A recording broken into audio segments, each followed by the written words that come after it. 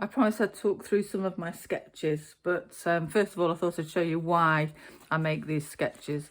Each month I make a little ebook or zine, and it's got poetry and facts and things that I find interesting about a particular bird and or animal and plant, and I make one each month, and because they're illustrated I need to make illustrations for them. So a lot of the illustrations that I'm going to show you have the purpose of being for these books, and these are just some of the most recent ones that I've made from last year.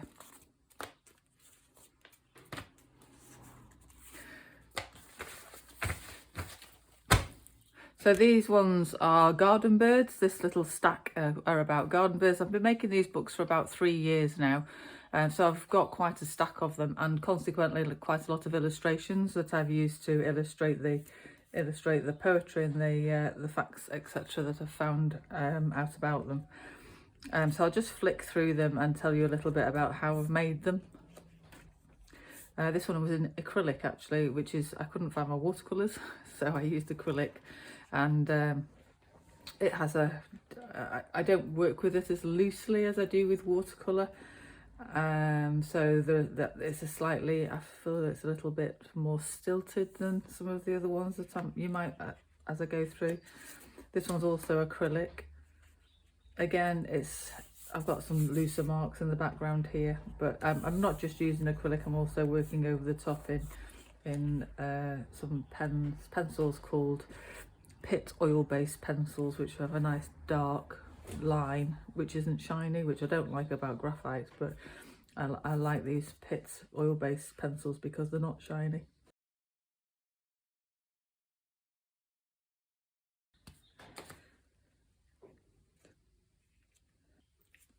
House martins.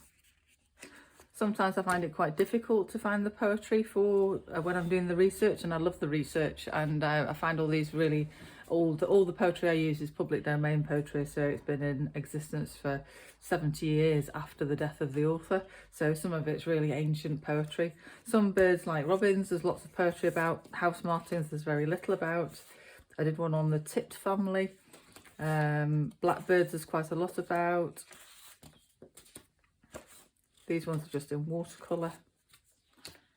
Some of these I also made for charity challenges, where I was, over the course of 30 days, I'd try and make as many as, or at least one painting a day or sketch a day, and then I would sell them to raise money for charity. So some of these are the remainder of those as well. Some of them I was making like 3 to 5 paintings a day, so inevitably there are a few left over.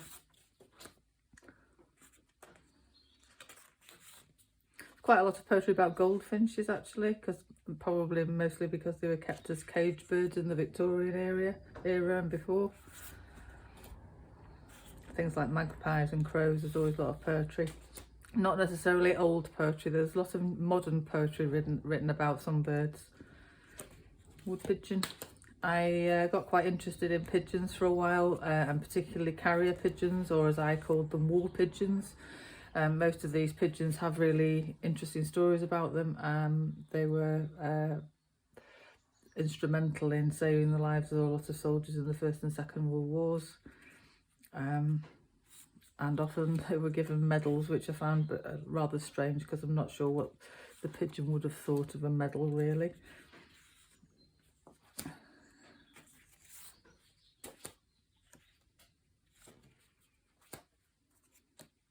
This one was called Little Hope.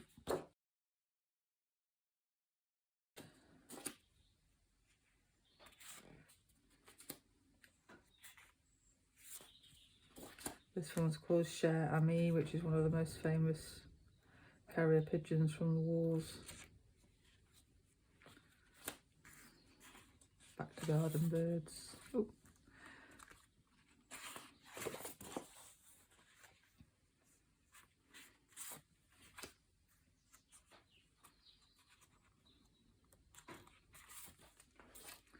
It's a chiff-chaff. Just heard the first chiff-chaff this season. Little dancing thrush. So I hope you enjoyed having a quick flick through some of my little sketches, and I hope you subscribe so that you can see the next instalment. And if you subscribe to my newsletter, you'll be able to receive these little books free of charge, 1 a month, for as long as I decide to make them for. And as I say, I just enjoy doing the research. This is the one about the pigeons actually. I enjoy doing the research, and I enjoy putting them together, and I enjoy making the illustrations. So it's a research project really for myself, and I think quite a lot of people enjoy it as well. So